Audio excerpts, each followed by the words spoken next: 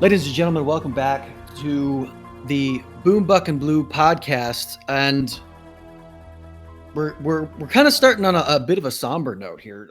A rock and roll, a heavy metal, a musical legend. Right. He's no longer with us. Eddie Van Halen passed away today at 65, and I just wanted to, we just wanted to put it out there right at the beginning of the show, just so we can get it, because we're mostly a sports show, but we also like to, we're also pop culture. We enjoy music. Yeah, we listen to music. We talk music. We're not on here, but we talk music between ourselves and our private conversations. And, yep. I mean, we've had if you're a true music fan or rock and roll fan, especially if you're our age, you've had the conversation of who's the greatest guitarist of all time. Like, if you're a real rocker or music fan, everybody's had the conversation. It's just of course. And I mean, there's obviously Jimmy Clapton, Stevie Ray Vaughan, many others, but I mean, Eddie Van Halen's always in the conversation. Always in there. He's always in there. He's one of the all-time greats. True innovator of noise and manipulation, and the Frankenfret or Frankenstrat? I forget what it's called. Frankenstrat, thank you. And it's iconic. There's a reason why people make copies of it, because he's an icon. Right. And just so sad. 2020 can suck my dick. We've lost too many, and it's been great, man. It's been a great time. So and then also not on an as so note, because he's not with us like Eddie. But Blue is not with us today just because he had a long day of work. Ryan had a lot of day of work, so he kind of cashed out early tonight. So he quit. He's a quitter today. So yeah. So we're going to be talking a lot of shit. This is the Talking Shit on Ryan podcast.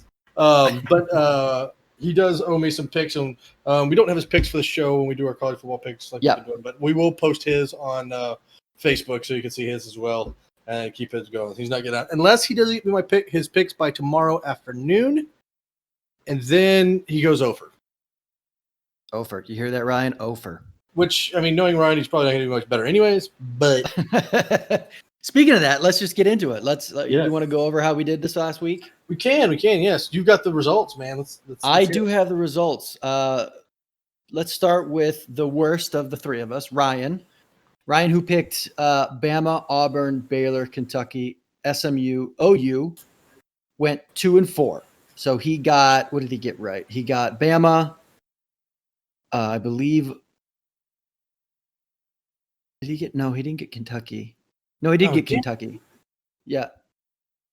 No. Jimmy, you're real good at the scorekeeping, man. Did not get OU.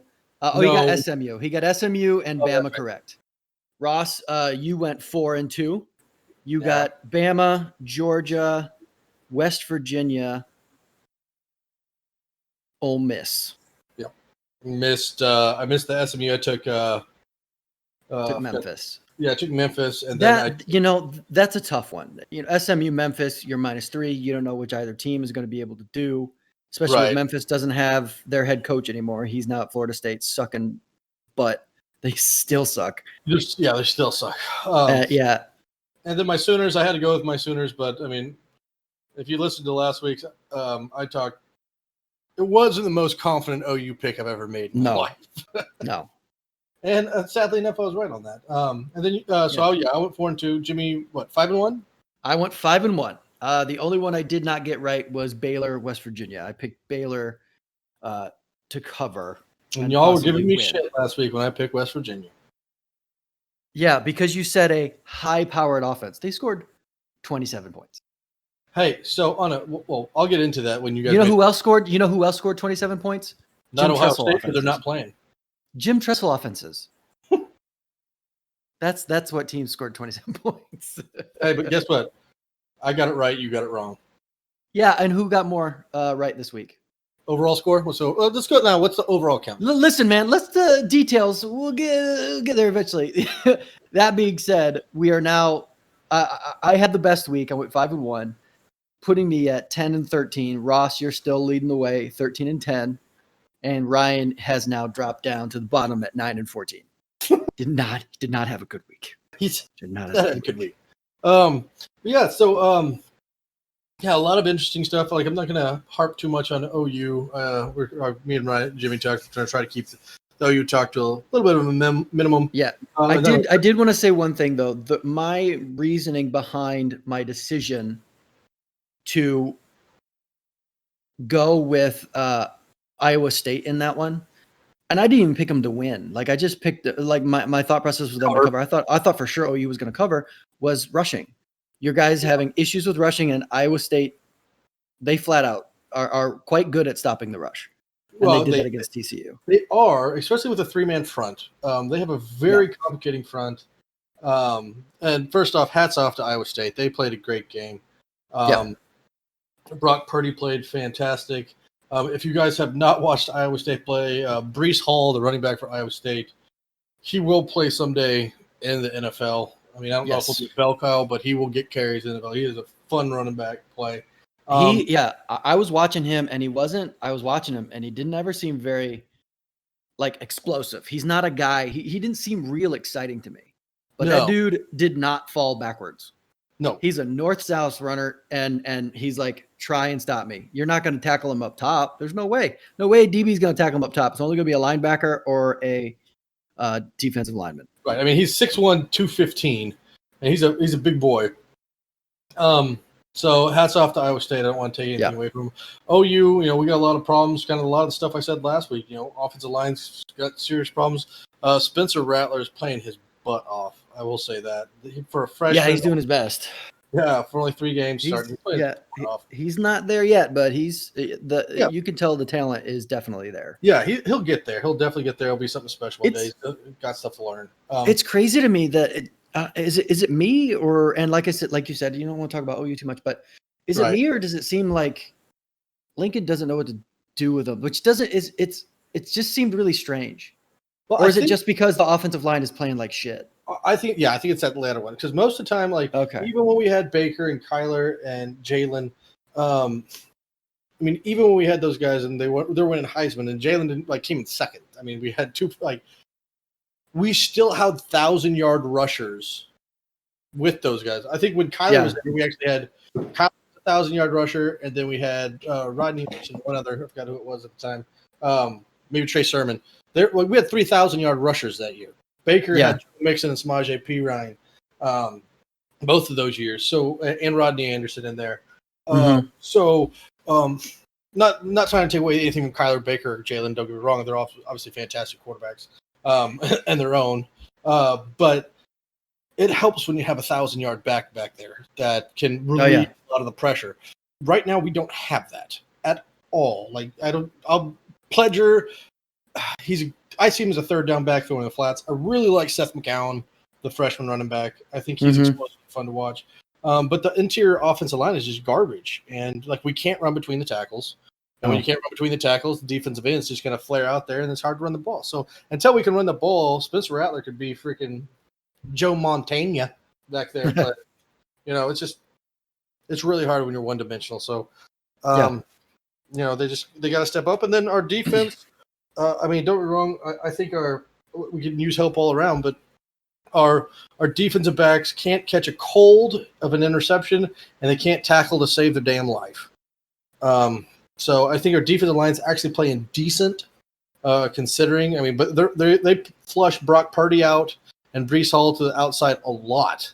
Yeah. But it doesn't mean a damn thing if your cornerbacks and safeties and your nickelback can't cover, can't tackle. Yeah. And we had conversations about this. We've talked about Alex Grinch before, and I didn't want to dog on him because he did improve the defense for your boys last year. Which we did talk about that. How much of that was Kenneth Murray?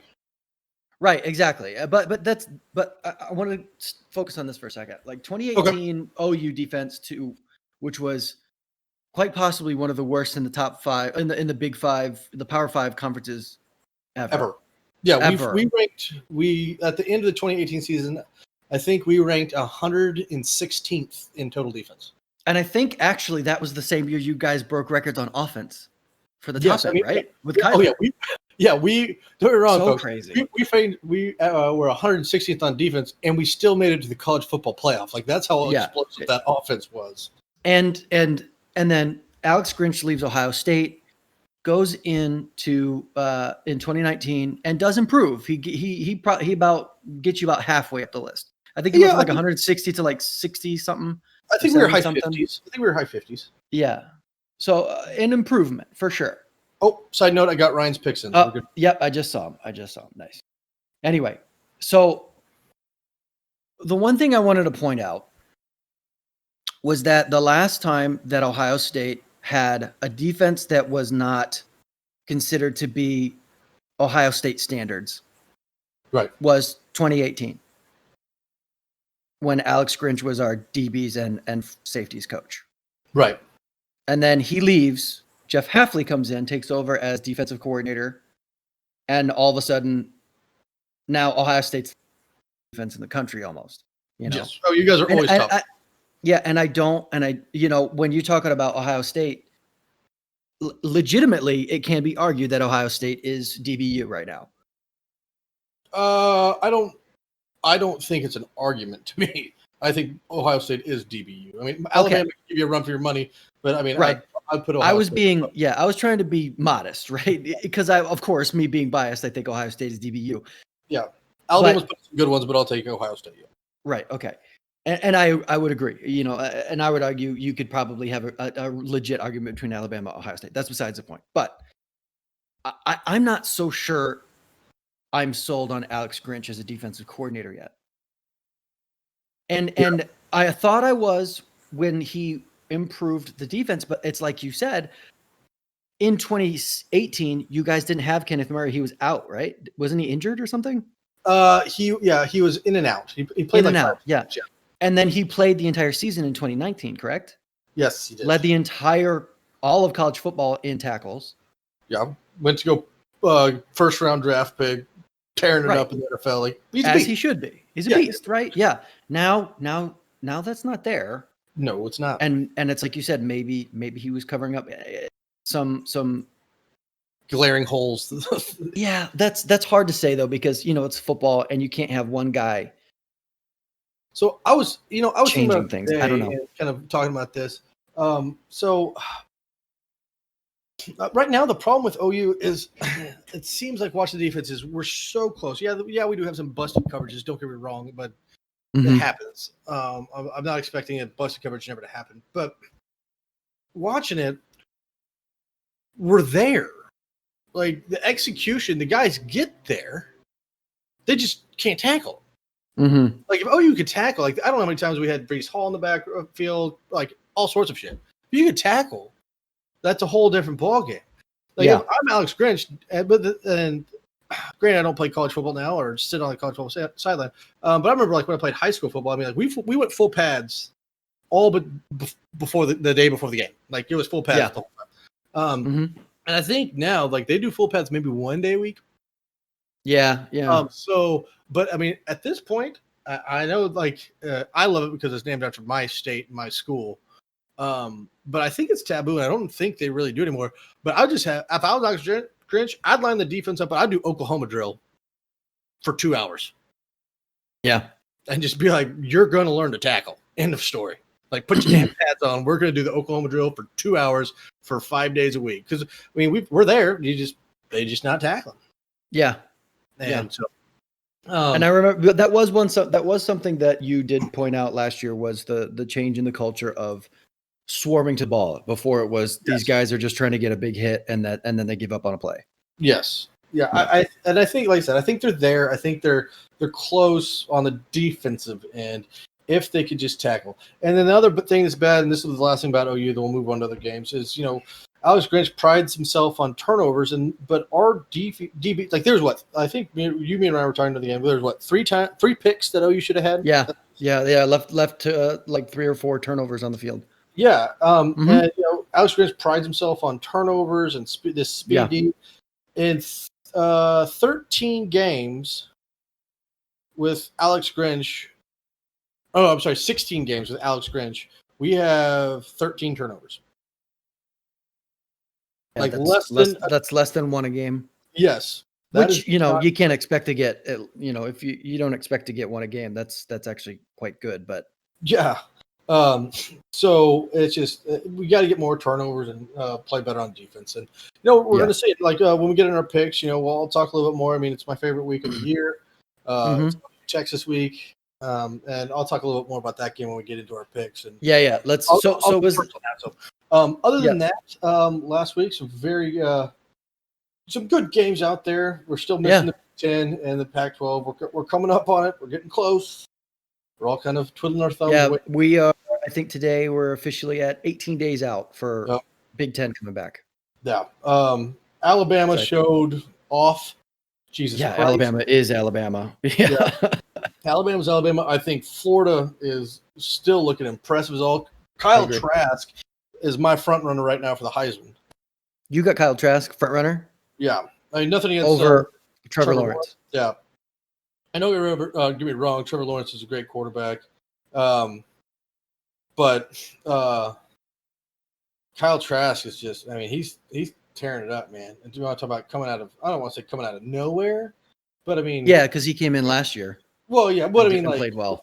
We weren't talking about like when we did our preseason talk and everything. Kyle Trask was not in any of our conversations. I'm pretty sure I go back we did say. I think he's officially in. I think he's officially in the betting odds at this point.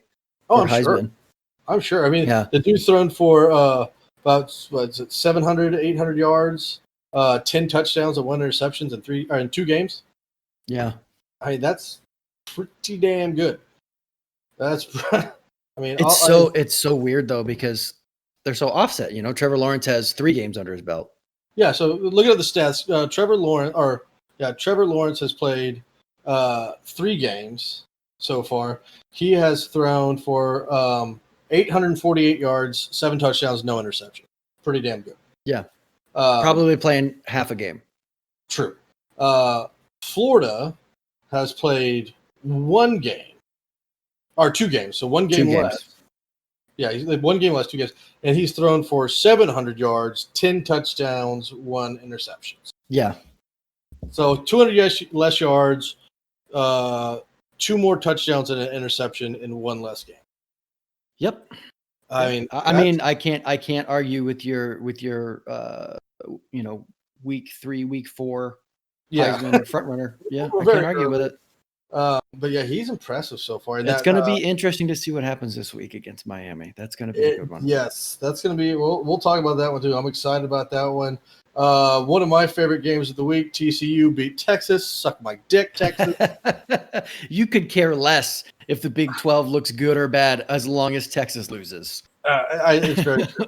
Side note on that, I thought it was really interesting. There's an article today. Speaking of that. Gary Patterson pretty much blasted the media. Saying, what do you say? Yeah, he's pretty much saying, he's like, I really am getting frustrated how everybody says the Big 12 is good or bad just based on OU and Texas. Mm-hmm. He's like, a good point. We've put together some pretty darn good football teams. He's like, Iowa State's had some good ones, Oklahoma State. And he's like, but nobody cares about Texas and Oklahoma. He's like, it has to do with the media. And well, don't get me wrong, Texas has been down, but it's usually, OU has been the front runner, so that one's understandable. Yeah. But I will agree, TCU last year not so much, but TCU's put up some damn good football teams. Yeah, we talked about 2014. You still believe that TCU belonged in the playoff over Ohio State? Yeah, I mean, obviously disagree. Obviously, well, it ended up that like with that one that Ohio State proved me wrong, but I mean that TCU team, it was very good. I don't disagree. It was so good.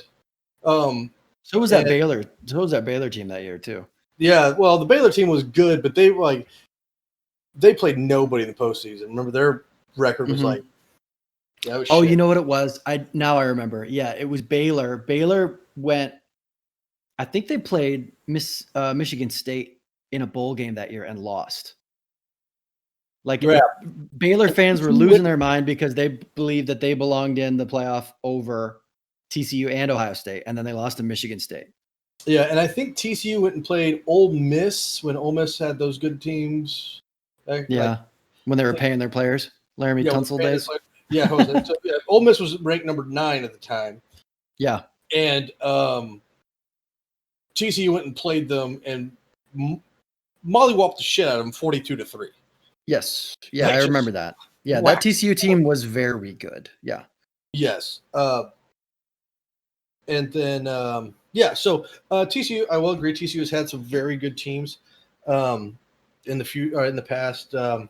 West Virginia's had some good ones, Oklahoma State, but I mean, the watermark, your high watermark is Texas, Oklahoma. Right. It's the face of it is. And I don't disagree with him in saying that, but he has to understand he has to prove it. Right. Absolutely. And last year did not help them in any way, shape, or form. No. I think they're going to be a lot better this year. I've watched. They beat Iowa State and they looked good. I like that quarterback. No, they lost to Iowa State. 37-30. Oh, they did lose. Oh, yeah. Okay. But their quarterback, Huggin, that's right. He only played a half, and then he came in and played the full game against Texas and beat him. So is that Huggin or Duggan? Duggins. Yeah, Duggan. And he's good. Duggan's good. He's a good quarterback. So we're going to see what happens with the Big 12. It's wide open. We'll go ahead. Yep. I'll go ahead and give this. We're talking about the Big 12 a little bit. My hot take. Ready for this hot take? Because it's going to be scorching. Bring it. I'm ready. Go for it. My college football playoff. Ooh. Give me Bama. Uh-huh. Give me Clemson. Okay. Give me OSU. And give me OSU. You talking about Ohio State and Oklahoma State? Yep. I think Oklahoma State is the dark horse to get in. If they win the Big 12, if they win out, I mean, how can you keep them out? Because they beat OU, they beat Texas, they beat TCU. Right. I mean, and those are 3 quality wins. Yeah, in the state of the Big 12 right now, Oklahoma is down. Texas doesn't have a defense to save their life. TCU is good. No. Don't get me wrong. I think they're better than what they showed against Iowa State, but I do think they are beatable. Oklahoma State, I mean, they've got a world-class running back there in Chuba Hubbard. We talked last year. They're starting to hum. Yeah, their offense is starting to hum. Yeah, we talked last year. Chuba Hubbard, if he would have came out last year, we were arguing, was he going to be the first running back off the board? Right. This year when he comes out, it's going to be argued, is he first running back on the board? Like, he's that type of running back. He's a special. Yeah, he is special. Yeah, and then Tylan Wallace on the outside is just as special. He is freak of nature. And they scored 47 against. Granted, it was against Kansas, who's not good, but no, 47, and Sanders isn't back yet. Yeah, and they're still playing their freshman quarterback. That this was his second start. Yeah, and he played well. Chuba went off. Yeah, Chuba had a day. Definitely had a day. It's just a matter of time for that to continue. Yeah, well, and then I've watched. Obviously, my wife is Oklahoma State fan. So, but besides Chuba, the running back behind him, L.D. Brown, he's number 0, and that's how I remember. No one. So it's really weird. He's 5'9", 210, like bowling ball. Yeah. And he's had 28 carries for 203 yards, averaging 7 yards a carry. He's a very good complimentary back. That Chuba. So they've got the offense. And then Oklahoma State that has not been known for defense at all. And don't get me wrong, I'm not saying they're going to finish where they're at right now, but as of this point, like when I was laughing, you guys were making fun of me at the West Virginia high-powered offense, and they're not high-powered. Yeah. But you're like, they only scored 17 against Oklahoma State. Well, right now, Oklahoma State's ranked top 10 in the country in defense. I don't think they're going to finish there. Don't get me wrong. Yeah, but it's such a weird year. But I think the defense is a lot better than they have been in the past. And if they can put a defense with one of this offense, with the state of the Big 12, I mean, don't get me wrong, the poke choke is definitely it's a thing. It's real, and we'll have to see it. But if they I don't see why they couldn't run the table. And if they run the table in the Big 12, they are in. Yeah, I can't. I'm hard pressed to disagree with you. Right. We all agree that it's very likely the Pac-12 is not going to get in. No. Well, I mean, I think Oregon's coming in starting at 14. But they're only going to play 6 games.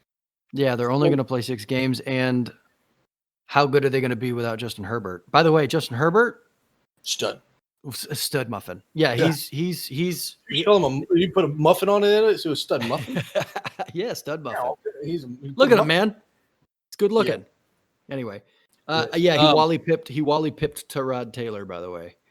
Yes. Yeah. So I don't expect I don't expect Los Angeles to be starting Tyrod Taylor, but that's the NFL talk. We'll get there eventually. So a couple other fun games. Tulsa beat number 11 UCF. That was my pick last week, was UCF to get into the college football playoff, and they just lost to Tulsa. So even if they run the table, they're out. So they're gone. Yeah, I honestly think, depending on how it plays out, there is a good chance, because there are 3 legit teams, I think, in the SEC. You got Alabama, you got Florida, and I think Georgia is legit. Georgia's got to prove it to me right now. I'm not quite sold on Georgia. I get you. Yet, but I'm sold on Florida and obviously Bama. But Florida's got me sold. Yeah. I'm on board with Florida. Yeah, we'll see. So there is the possibility, depending on how that game plays out. If it's, we talk about these scenarios, and we'll talk about them more as the playoff gets closer. But if Florida loses to Alabama in a close one, right? Well, they'll have to play them again. That's the thing. They'll have to play them again. Yeah, they'll have to play them again. Yeah, that's the thing. Well, does Alabama play Florida in the regular season? I have to look. I don't think so. They only have a 10-game season. They do not. So if Florida's only loss is to number 1 Alabama in close, a close game. Yeah, and I think I would bet more on, if I really had to bet, I'd probably say Alabama, Ohio State, in no order: Alabama, Clemson, Ohio State, with Florida getting in there with 1 loss. Because again, the poke choke is real. Yeah. And I can see that happening. But yeah, Florida's good. They got that offense revved up. Man. Yep. So those are kind of the big games for this week. We got some fun games coming up. These spreads are killing me, man. Yeah, one of the things, it's kind of funny, and it's sad at the same time, and for me especially, it's the second Saturday of October. Second Saturday of October is always OU Texas. Mm-hmm. Always has been, always will be. And it's the second Saturday in October, and the biggest game is not the Red River rivalry at all. It's not even the conversation. It's Clemson, Miami. That's if you were a true fan of college football, your eyes are steadily, you are looking right at that game. Yeah, and it's because that is a very interesting game. It's very interesting. It is a night game in Clemson in Death Valley. The place is going to be rocking. It's going to be fun. Well, I mean, as rocking as it can be. Right. I know they have a lower capacity, but their fans are going to bring it, whoever many are in there. Oh yeah. I mean, so that game is fun. I think I'm sold on Miami. I think Miami's good. DeAndre King's got the offense going. This is one of those years we talked about it before, with the shortened season, not having Florida Miami would have been a fun game, but yeah. Yeah, that's that one that's not happening this year because Yeah. thanks COVID. But a couple Speaking other games. speaking of that, you got Cam. See, What? Brian Hoyer had to start against the Chiefs this week Oh God, yes. because Cam got the Rona. He got the Rona. He did get the Rona, which I mean it's sad for the guy, but I mean, he's He'll be healthy. He'll fine. make a fine thing. We're gonna kind of get into some other sports a little bit more. So we're gonna go ahead and make our picks real quick. Yeah. So first one, we'll start with my big one, the Triple R Red River rivalry. Dallas, Texas, still the Cotton Bowl. No fair. I think I read today that they're going to allow 12,500 from each side there, so about 25,000 people will be there. That's not bad. That's pretty good. That's not That's terrible. pretty good. Yeah, I mean, obviously not It's about 25%. Yeah. Yeah. OU is a 2-point favorite. Over under is 72, by the way. Take the over on that one, sir. You got two offenses that are good and two defenses that are garbage. Yeah, absolutely shit. So first off, I'll go Ryan's taking OU in this game. I'll kind of give my 2 cents before you pick, Jimmy. Okay. This is my my wheelhouse. Yes. A little bit. OU and Texas defense is not poor, shown out at all. Oklahoma's defense or offensive line has not shown out. Sam Ehlinger cannot throw the ball very well, and people want to say he can, but he really doesn't throw the ball. He's not a terrible thrower, but he's not a great thrower. Spencer Rattler, new quarterbacks do not do well in the Triple R. However, it's not going to be packed. So I think this is going to be a very high scoring affair. But one of the main things that depends on this game depends on is the ability to run the football. Mm-hmm. The team that runs the football better in this game wins. I think it's like 80% of the time, 85% of the time, the team that runs the ball better. OU's running attack is trash with their offensive line. Texas, they're not fantastic, but I think they're top 25, top 30 in the country in running the ball. They got a freshman running back. I forgot his name off the top of his head. He was highly recruited. Jimmy, you might remember his name. I don't know if you do. John Robinson. I know who it is. There it is. He was just about ready to say, I am going to Ohio State. And I'm not going to knock him for this one, but his family wanted him to be a little bit closer. So he decided to go to Texas. Right. So they have Bijan Robinson, good freshman back, Keontae Ingram, and Johnson, the running backs. One thing that does bode well for OU is where Iowa State gave OU a lot of fits. We have small cornerbacks. We average 5'9", 5'10". Texas, they used to have Colin Johnson and some other guys, these big, tall wide receivers. They don't have that this year. Okay. So it's going to be a lot like jump balls are not going to be as much of a thing. Which does bode well for our secondary. So it makes us great. I think it does bode well. This game, fuck them. I'm going OU. I can't pick Texas. You were so close. I was just getting ready to just say it. I know you want to say it. I can't pick Texas. I'm going to take OU, but it's going to be. This is a game that it's going to be high scoring. Yeah, it'll be high scoring. Throw everything out the window. We'll see what happens. It's definitely going to be high scoring. I definitely agree with you on that one. Yeah, we don't know if our Jalen Redmond will be back. Our defensive lineman, because he got suspended for 6 games for smoking weed, which they're trying to get shorter, which is stupid. But when he comes back, he is literally he's literally the best player on our defense, arguably the best defensive player in the Big 12. When he's playing, he is a fantastic defensive lineman. Not saying he's gonna make our defense all well and good, but he damn sure doesn't hurt. Yeah, what I saw something earlier today. It was RJ Young, the guy that we both like on YouTube. Yep. He's like, he could be coming back, but that doesn't necessarily mean it's going to fix OU. No, it does. I don't think it will fix us, but it doesn't. Definitely doesn't hurt. When doesn't hurt for sure. Give me OU -2 in the shootout. and I for sure 100% think it's going to be a shootout. Okay. Ryan's got OU as well. Yep. I am going Texas. You're a dick. And here's and it's more of a safe pick, right? Because that -2 is getting me. Either either OU wins on like a last second field goal, right? Or if it's a shootout and nobody's stopping anybody and it goes into overtime, somebody's going to win by a touchdown or something or so. More than likely. And that's why I'm going with Texas. It's whoever has the ball last is going to score. And I don't think it's going to be easy. It's going to be very easy for either team to be able to get into the end zone. I could be completely wrong because this year is really weird, but that's true. I'm going Texas on this one because that -2's, if it were like -2.5 or -3.5, then I'd probably go OU. But okay? -3.5 is one thing. What's the difference between 2.5 and 2, Jimmy? For the love of God, I don't know, man. I don't know. That's what kills me.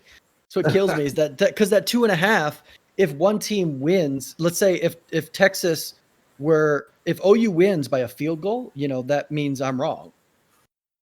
So I don't know. My thought process. It's too late. I already picked it. It's locked in. Yeah, you're done. If I'm wrong, I'm wrong. It's whatever. Well, I hope you're wrong. So fuck you.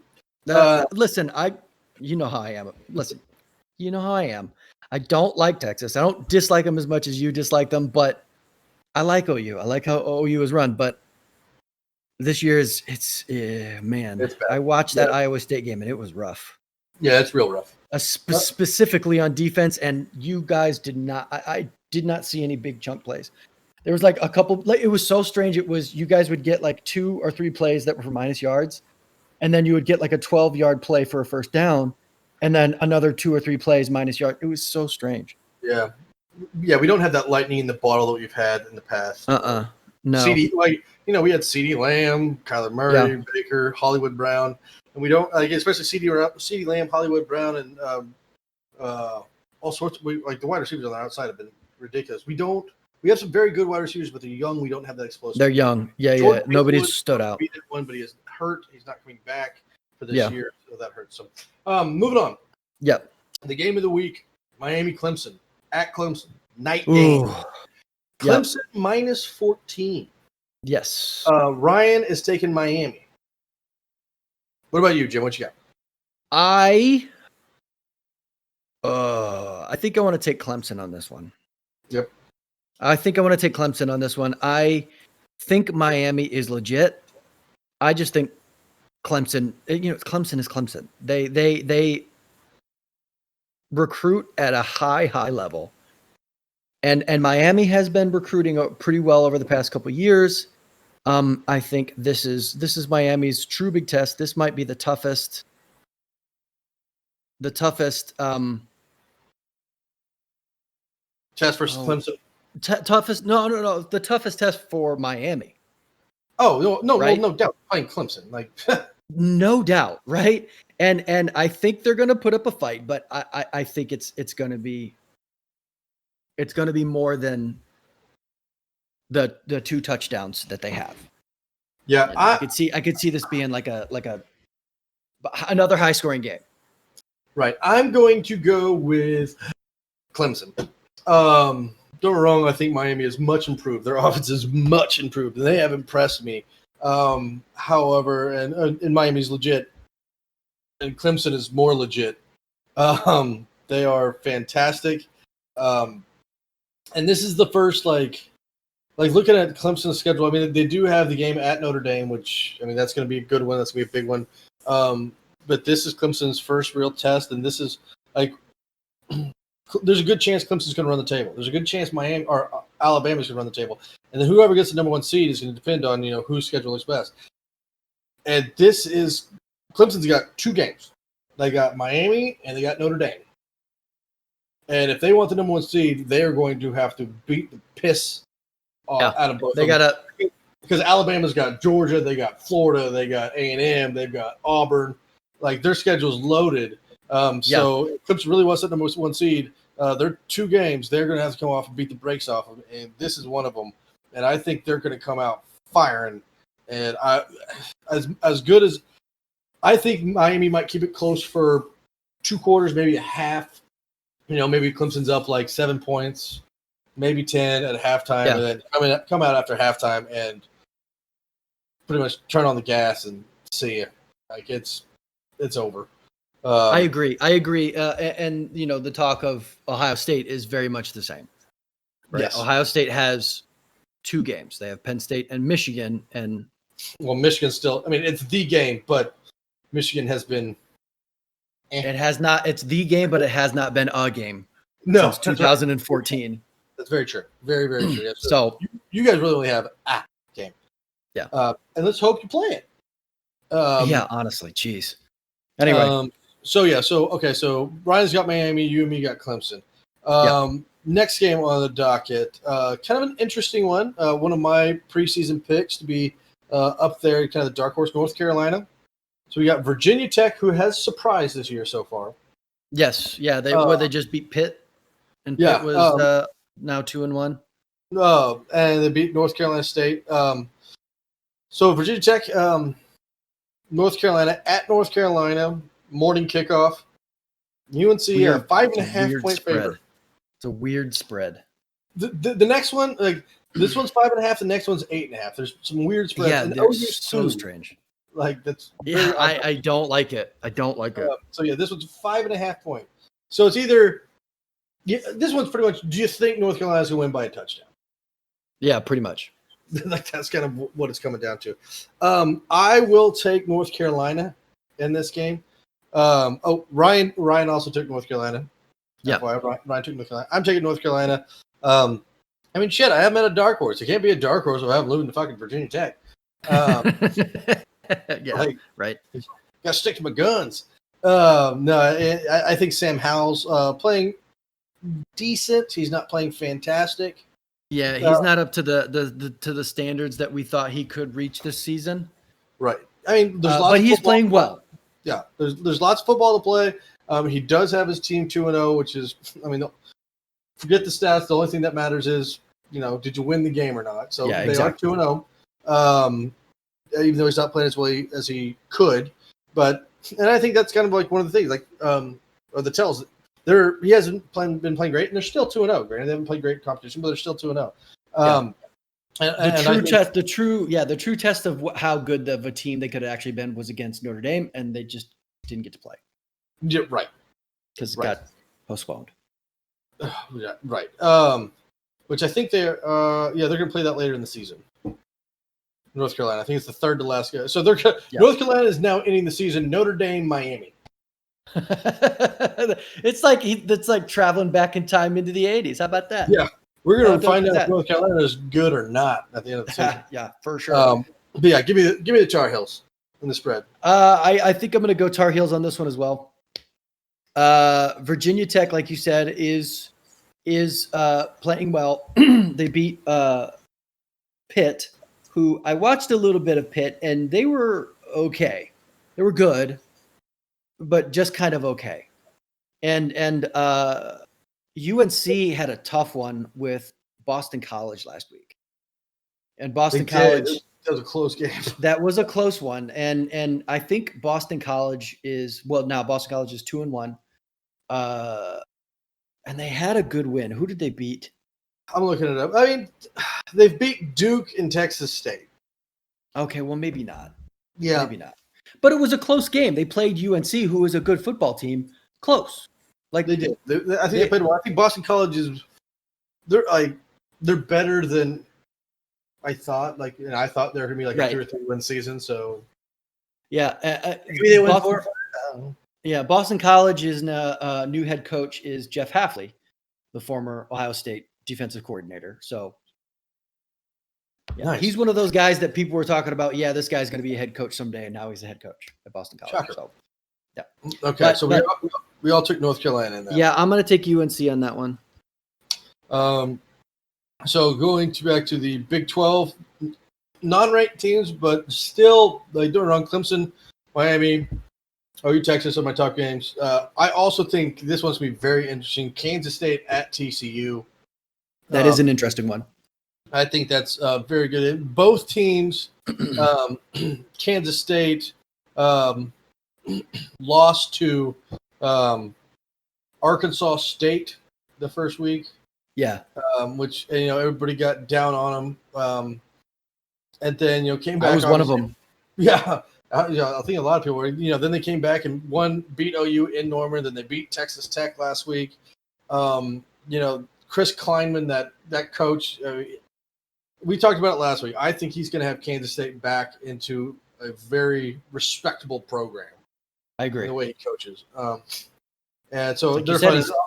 But I was going to say, it's like you said, Chris Kleinman's been there 2 years. He's beaten Lincoln Riley twice. Yes, he's 2-0.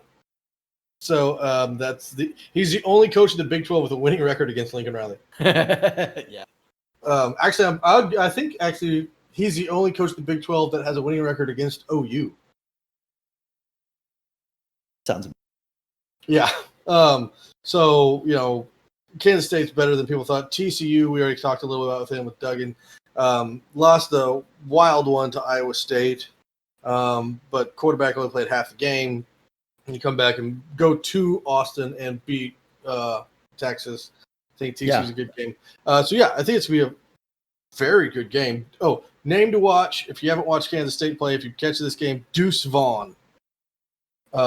He is the running back. I know, isn't it? He is the running back for Kansas State. He is 5'5", 170 pounds. A lot of people. Oh, my gosh. The way he runs reminds a lot of people of Darren Sproles, especially in that silver and purple. Yeah, for sure. If you have a chance to, this is the afternoon game. I don't know what else is on afternoon, but if you get a chance to watch this game a little bit, Duggan, the quarterback for TCU, and then Deuce Vaughn, the running back for Kansas State. He's a fun little guy to watch play. He's pretty quick and fun guy to watch. So that's the 2 cents on it. With that, give me TCU and the Horned Frogs. I like Gary Patterson. He very rarely has two seasons down in a row. And last year was a down year. Last year was a down year. Yeah, a lot of injuries for him last year. I remember that. Yeah, and we've talked about it when we talked about the elite coaches in college football. Obviously you got Saban and Lincoln and Dabo and blah blah blah blah blah. You can say Urban. I don't know if Gary Patterson's in the elite, but I think he's right below it, and he's on the cusp. And it's so funny. Gary Patterson reminds me very much of Chris Peterson when he was at Boise State. Yep. Was right there, right, always on the edge. But something always either it's a loss or it's with Chris Peterson at Boise State, it was because they're at Boise State, right? Yeah. And the same thing, and that was the same thing with Gary Patterson at TCU when they were still, I think they were still Mountain West. Now they're Big 12, so now they're a Power 5.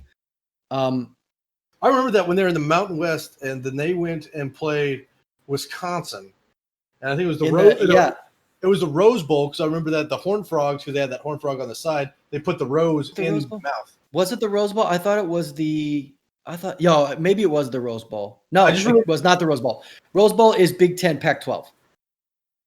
It was Fiesta Bowl. I want to say it was Fiesta Bowl. It's not the Rose Bowl because it wasn't the playoff yet, and the Rose Bowl every year is Big 10, Pac-12. 2011 Rose Bowl, TCU, Wisconsin. Fake news.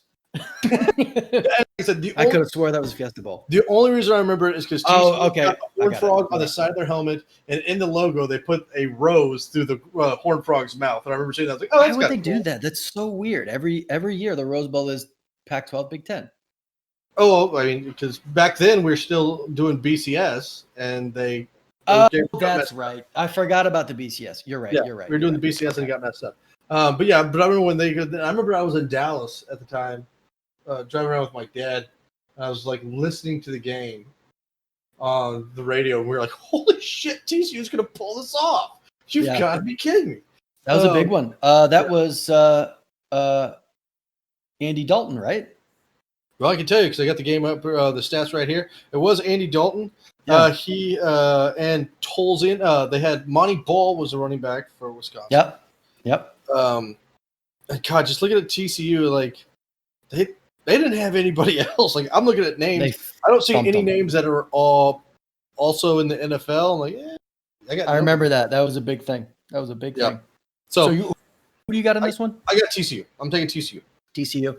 Yeah, and like I said, that weird -8.5 point spread. The question is, do you think TCU is going to beat Kansas State by more than a touchdown?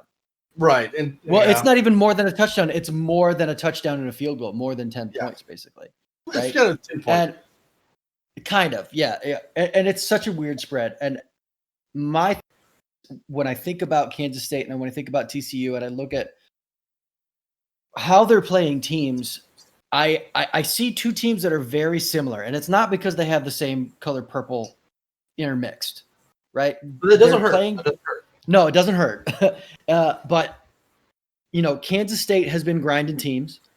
They ground OU into the ground to the point to where they ultimately pulled it out, and then TCU ground Texas into the ground and beat them. They held Texas, which is a very good offense. Sam Ehlinger, like you said, is a very good quarterback. I'm pretty sure Texas right now is number 1 in points per game.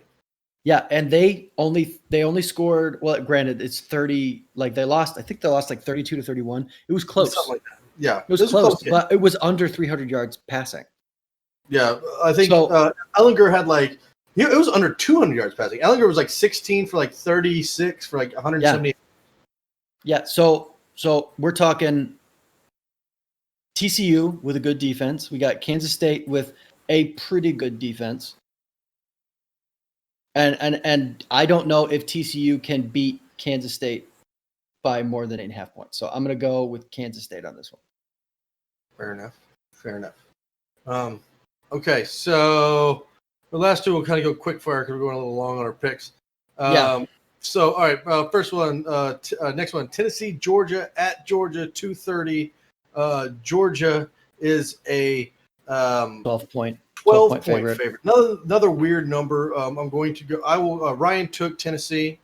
I'm going to take Georgia. Even though I'm not sold on Georgia, I'm still not sold on Tennessee. I'm damn sure not sold on Tennessee as the number 14 ranked team in the country. Me neither. And I think Georgia takes this one, and I think they take it pretty handedly. I'm going Georgia as well. I'm as much as I'm a little bit more sold on Georgia than you are, but as much as as you are sold on Georgia, I am or not sold on Georgia. I'm again definitely not sold on Tennessee. Yeah, no, I'd agree with that. That's I don't know. All right, I think Georgia's going to come about. They're going to start. Yeah. So an interesting one on this. Again, another weird week of spreads. Granted, we are on Tuesday and the game is on Saturday, so lots can change. But Kentucky, Mississippi State. Mississippi State pulled the big upset at LSU, then shit the bed against Arkansas of all teams. Yeah, of all teams, which is so strange. Kentucky, 2-point favorite. So Ryan is taking Mississippi State.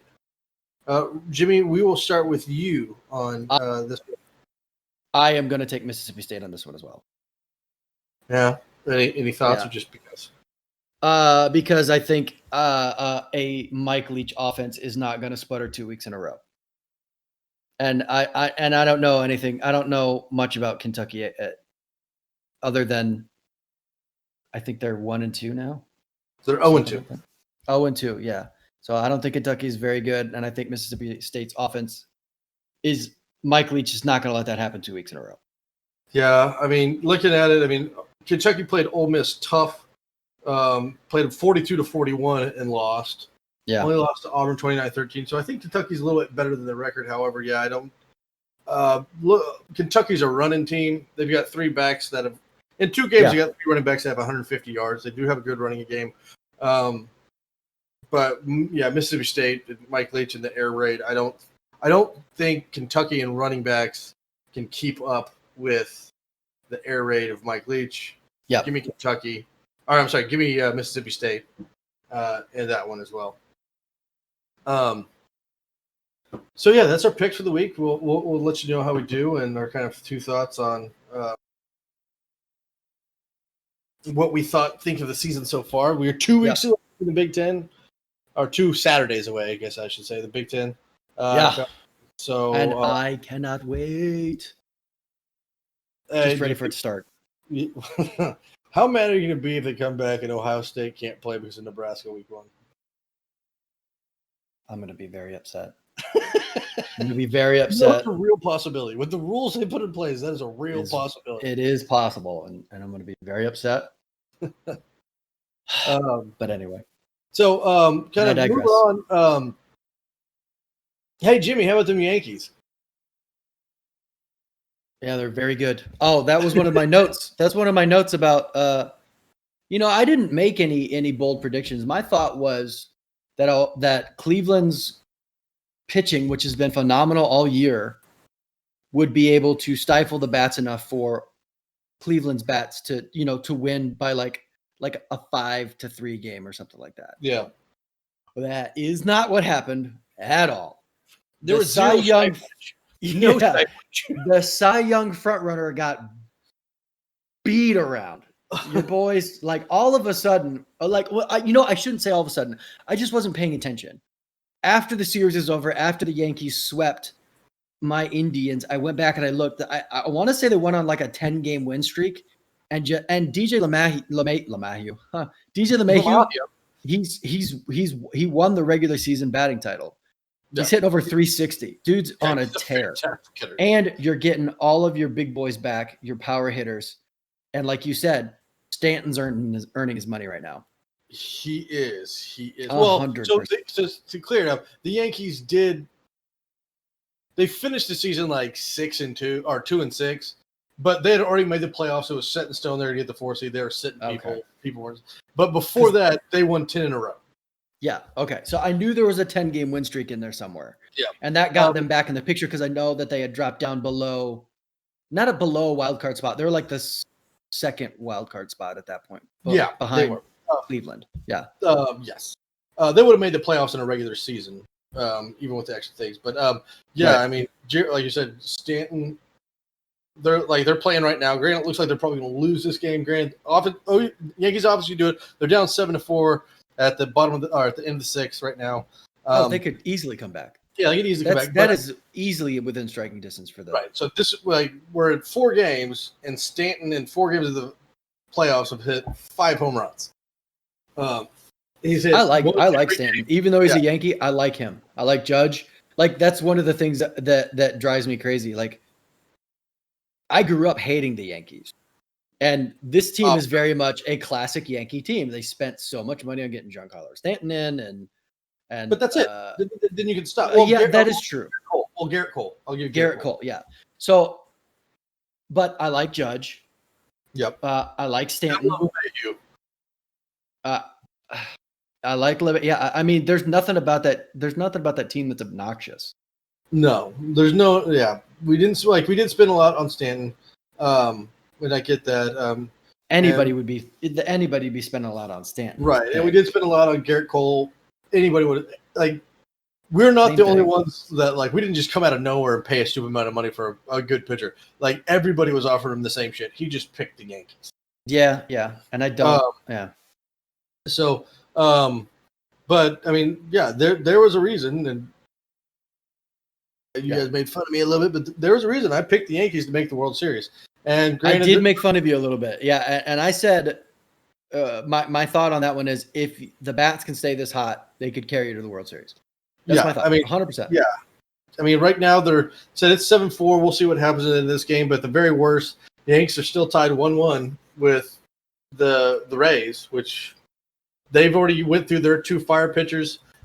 We used Garrett Cole, but the Yankees today, they went straight bullpen. They have not used a single starter for this game, so we're going to have Tanaka coming in Game 3, who in the season he's hit and miss, but in the playoffs, as you look at Tanaka's records in the playoff, he is lights out in playoffs. So I we're gonna have remember him that from 2017. Yeah, when I remember that. pitches, I don't know what it is. Spotlight shines, and he pitches great. So and yeah, I mean we beat around their ace last night, scored 9 runs. I think as of I don't know where we're at right now. So I was just hearing stats after 3 games from the 2 games with the Indians and 1 game with the Rays of last night. The Yankees had like 44 hits and had scored like 10 runs, 9 runs, and 12 runs in 3 games. Yeah. So we'll see what's going to happen. They're definitely getting hot right at the right time. Right time. Like. I mean, this Yankees Rays. Like, don't get me wrong. The other side, it's what is it? The A's and the A's and the Astros. Astros, yeah.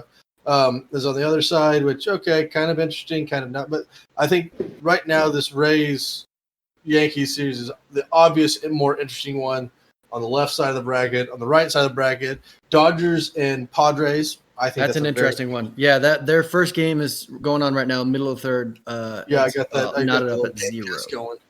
Atlanta beat Miami. I can't believe. I don't know how to know this. The Marlins, who are notoriously shit, have never lost a playoff series in the history of their franchise. Right? Isn't that crazy? That's nuts. Isn't that absolutely insane? The only 2 other times they made it in the playoffs, they won World Series. Yeah, I was sitting there. I was like, how did I not know this? Oh, here's a little fun fact: the Marlins beat the Indians in 1997, and then they beat the Yankees in 2003. Yeah, I remember. So we that. hate the Marlins, right? Just fuck the Marlins. But by the way, yeah, that was the thing. Is one of the thing is like it's their first playoff series win since 2003. Yeah, it's so interesting because I can name one person. Oh, I take it back. I can name 2 people, and one of them I can only name because I had him on my Diamond Dynasty team as a pitcher. I couldn't name you a single player on that. His name is Sixto Sanchez. He's I don't think he's a rookie, but he's their ace, and I think Cody Dickerson. Yeah, that's their ace is a dude I've never heard of. That's not saying a lot. I mean, granted, I don't know baseball, but I know baseball enough that if I don't know your ace, and that's not a good sign, guys. Yeah, and people are saying everybody was giving Derek Jeter crap for his terrible trades when he first started taking over as the owner of the Marlins, but at the same time, he did trade Stanton. He did trade Yelich, who we both agree. And Ozuna, and JT Realmuto, and they had a squad, and they just could not. If they would have kept that team, they would be so loaded right now. I don't even know who their manager is. I don't either. But I will say I definitely think that they are outmatched against the Braves series. Braves are very good this year. I like the Braves. They got Ozuna. They've got Freddie Freeman. My favorite players. Acuna. I love. They got Acuna. Ozzie Albies. Nick Markakis. Nick Markakis. What's his name? Colby Swanson. Their shortstop. They're very good. Yeah, they're very good. So I think the Marlins. I think they're. They lost the first game this today. Yeah, they lost their first game, and they lost 9-5. Yeah, I think their little Cinderella run is going to come to an end very much. First ever postseason series loss. It's insane. Dodgers. Actually, now we're speaking about Dodgers and Padres. Padres. I'm actually going to put this on the TV in the background, so I put it on. I forgot it was up. Actually, I might put it on the Yanks too. But yeah, I think that's a very interesting season or series. I mean, the Dodgers. The first series was not close. It was they're playing the Brewers, and the Brewers are not what they were last year. Right. Well, and Lorenzo's not playing. Right. He opted out of the season at the very beginning. He's actually building a house just right down the road. I was going to say, you don't talk to him regularly. You just talk to him during tailgates, right? Yeah, I just talked to him at tailgates. I mean, I know, I actually his brother-in-law, Blake. I talked to Blake. I just saw him 2 days ago, and I was talking to him. He's actually Lorenzo and his wife Jenny. For y'all that don't know, his wife Jenny and I went to school for a while, and I guess they're building a house here in Norman right now, like a dream home. Nice. And Blake, the brother-in-law, is actually building. I actually was talking to Blake the other day. Cool. And he's like, yeah, they're happy as can be. Just like Lorenzo, like as much as he loves baseball, he said, he's watching it, but he's getting to spend a lot of time with his boys. And that's probably something I was thinking that he was getting out of this one was that he's taking the opportunity to opt out of this time with his kids. Right. Yeah. And I mean, why not? Yeah, I follow them both on Instagram. Obviously, I'm friends with them on Facebook, and they're posting just pictures of their kids and videos. It's really adorable. It's good stuff. But that's great. But stuff. So the Brewers didn't have them. So that was an series. But Padres is gonna be interesting. If they get Padres Dodgers was one of the more interesting series that I wanted to pay attention to. Yeah. Padres are building a squad, man. They're building. They are good, and they are young, and they are cocky, and I love it. Yeah, and I didn't. Fernando Tatis is a star. He is going to be a star for a while. Did you see? Okay, no, he is starting. Okay, he's back because Clevenger didn't play the first. He had a bit of an injury going into the playoffs near the end of the season. Interesting. He did play tonight. They only pitched him for 1 inning. Pitched 1 inning. They're just saving him. 3 walks, 1 K. No earned or anything.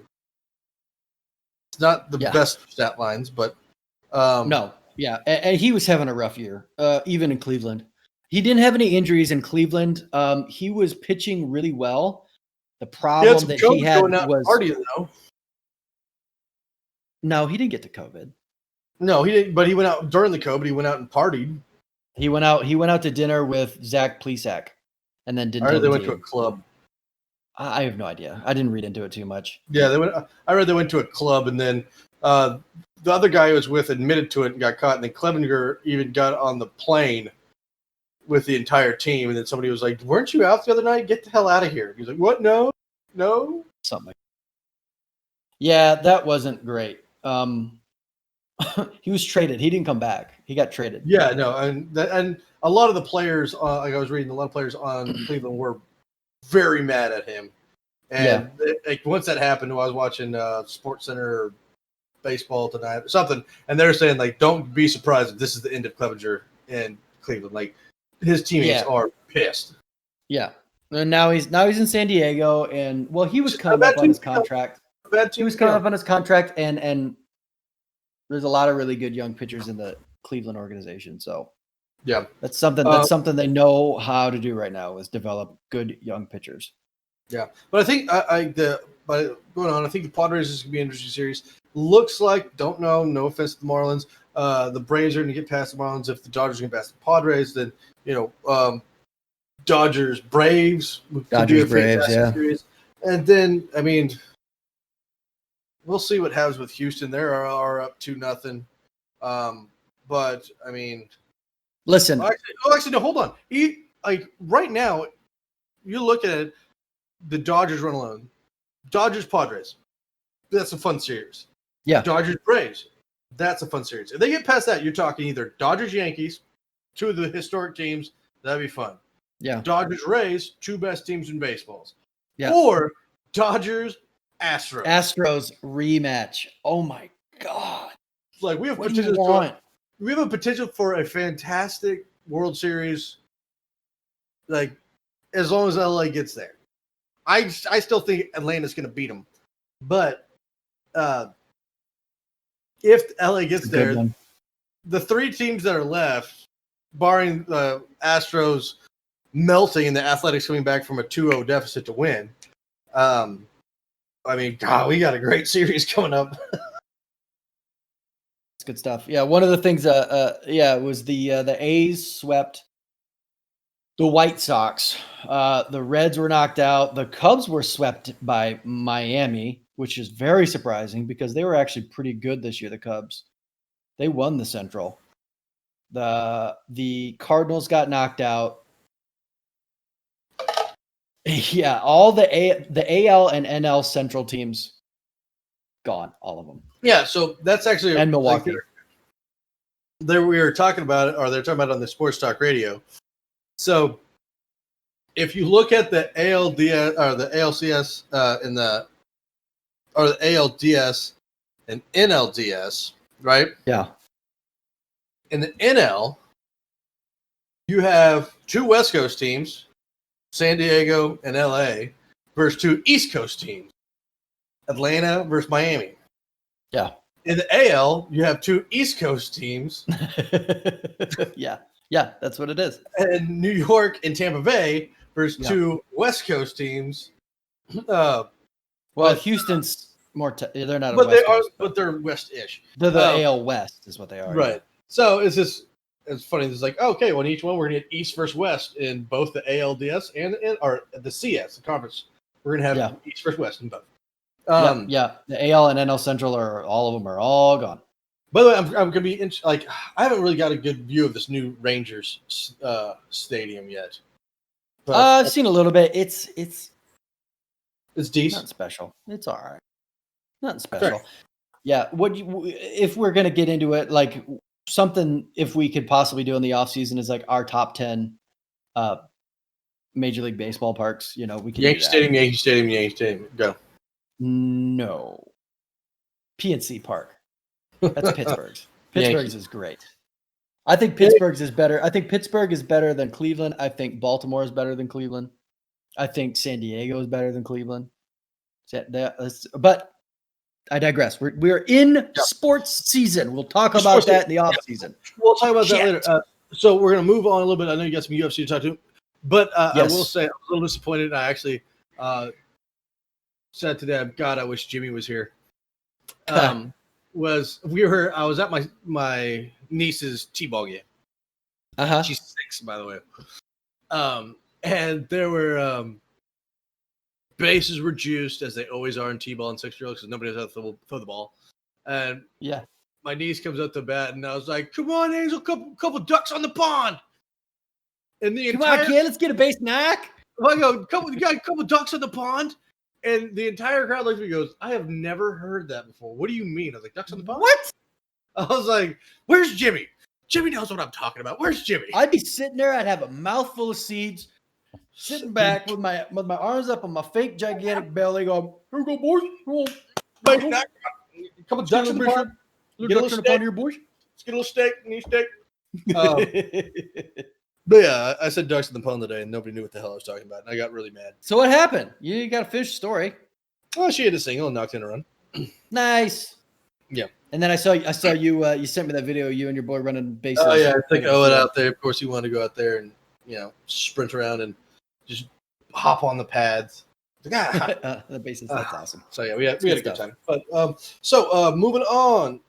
Jimmy, you've got a couple or something to talk to me about. I got something I want to talk to you about. Your boy Israel Adesanya. My man. He. For y'all that don't know, I called Israel Adesanya being legit. I think we're at 3 years now. It was about 3 years ago. 3 years ago, yeah. Yeah, right when he was coming to the UFC, and that I told Jimmy, watch this dude. You need to watch this dude. I remember talking to you about that. I remember you talking about that when I was still in Tucson. And he is legit. There's no doubt about it. I do believe there was something that came up, though. You said you did watch the fight. I did. Yes, I did watch Have you heard of something called gyno? No.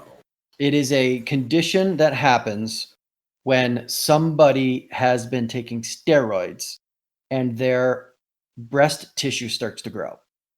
And it appears that Israel Adesanya had a little case of that during his last fight with Paulo Costa. It's all speculation, but he didn't have it before. And I'm not trying to sit here and say that Israel Adesanya is for sure on steroids, because to be honest with you, I think all the top guys are on steroids. They're just hide it better than everybody else. That includes my boy Stipe. I love Stipe, but I don't think you could be. It's such a brutal sport. You know? Well, it is, and I would have to. I mean, I don't want to get drug into the black hole that is the internet pulling this shit Right. out. So I don't know how much of it's true. I didn't watch any videos. I didn't watch any videos on it. I just watched the fight. Right. I'm watching the fight, and I saw it, and I'm like, I think I know what that is. So I don't. To me, I mean, I don't know. Israel Adesanya has. The only reason I refute it is it just seems like he's always been quick as hell. His striking has always been on point. Yeah. His power. I mean, he's got power. Don't get me wrong, but he doesn't have idiotic power. Like he can knock you out, as he's shown. But I mean, he doesn't have that Conor left that like literally if Conor lands his left, you are out. It's over. Like I think when Conor was fighting, we called it like the Great Equalizer. It was like anything be happening, and then Conor's left comes in, it's over. Right. So, I mean, it could be possible, but I haven't seen like his speed doesn't seem to have changed that much. His power doesn't seem to be changed that much. It seems all kind of the same. I mean, granted, he's in his prime right now. His body doesn't like. I know you said like the titty thing. But I mean, like his build overall looks the exact same to me as usually when he fights. So I mean, I'm not saying it's not possible, but it's not like like when Barry Bonds and Mark McGuire taking steroids. Like it was just like Jesus Christ, like this is it's guys, ever, dude. You can just hide this a little bit. Come on, your head got bigger, your jaw muscles got bigger for crying out loud. So I mean, it's possible. I don't know. He doesn't look a lot. I hope it's not. I hope it's a big misunderstanding, or maybe it's lighting. I don't know. Yeah, I mean, there's a lot of things. Like I said, do test. It's like I said. I think either all of them or a big chunk of them are of the top end guys have either done it or currently on it or something. It's just the nature of the beast. Yeah, I mean, and sadly enough, it is. I mean, they are in the most violent sport in the world, and you'll get a head up on anybody, however the fuck you can get it. Yeah, I mean, your job is literally to go in a ring and try to kill this dude. So we'll see. I hope not. With the UFC, I think the UFC is in a very. I want to say I don't know how to word it, but. I honestly think the UFC is leading the way. I don't think it's in a good spot. I think I should say I think they were leading the way on trend setting. But why do you think they're in a bad spot when it comes down? You're talking financially? No. I just think about like their fighters. Oh yeah. Like with the heavyweights, Stipe is now at the top. Don't get me wrong. I mean, nothing against Ngannou or Blades or Overeem or whoever the hell. I mean, Alex Overeem's ranked 6th in the heavyweight ranking. If he's 6th, that's not a good sign. When he was in his prime, sure. Right now, he should not be that high. So Stipe's got no competition at heavyweight, barring John Jones. Right, that's a big one. Barring John Jones. I agree. So heavyweight and like the light heavyweight, there's some interesting they just had the title fight. Santos still has not come back. He is fighting in a month against Glover Teixeira, so it'll be interesting how he comes. But that I got Santos in that one. Yeah, Israel Adesanya. I mean, he's kind of running. He's running roughshod in that division right now. Yeah, I mean, it's middleweight. He's already beat Whitaker. He's already beat Costa. He's already beat Romero. I mean, that's 2, 3, and 4. Yeah. He did call. But one thing, like we talked about last time, he did call out Jared Cannonier. He said, if you win against Whitaker, you're next. You get your title shot in the story. So that's nice. But, I mean, he's running that division. Welterweight, obviously, he's got Usman and Covington, which is interesting. Jorge Masvidal has lost. Ever since he lost to Usman, like his train has gotten a lot shorter. Like people jumping on the his bandwagon has gotten a lot shorter since he lost it. Listen, that's not a bad loss. Usman is the best in the world right now at that weight division, and he took it short notice. Well, he is, and I don't want to take anything away from Jorge Masvidal because I think he is a very good fighter, and he's done it for a while. But I mean, let's look at his last 5 fights. 5 fights ago, he lost to Wonder Boy. Yeah, Wonder Boy's not a bad fight, but I mean, no. That's not a fight that if you're one of the best division, you lose. Yeah, I agree. He beat Darren Till. He beat Ben Askren, which I was high on at the time, but then Askren went to go lose like his next 3 fights, like he was nothing in the UFC. And then he fought Diaz, and Diaz is, a great fighter, but again, he's not even ranked in his division. Yeah. So, and then he got a title fight. So, I mean, he lost to Wonder Boy, beat Till, who, okay, give it to you. Not like he's Till's good. Yeah, Till's good, but he's not even in that division anymore. He's 185 now. Yeah. But it's like, all right, I'll give you that. And then you beat Ben Askren, who ended up being nothing. And you beat Till, Diaz, Ben Askren, who is now retired. Yeah, and then beat Diaz, who's not even ranked in your division. Okay, you've literally beat nobody since 2017. Yeah. So, like, don't get me wrong, think you're a great fighter, but you haven't done. Like, it's kind of like what you done for me. Woodley, you want to talk about a damn fall from glory? Well, he's got to retire. He's got to retire. And then, I mean, obviously, then we get the lightweight with Khabib and Gaethje. That's coming up at the end of the month.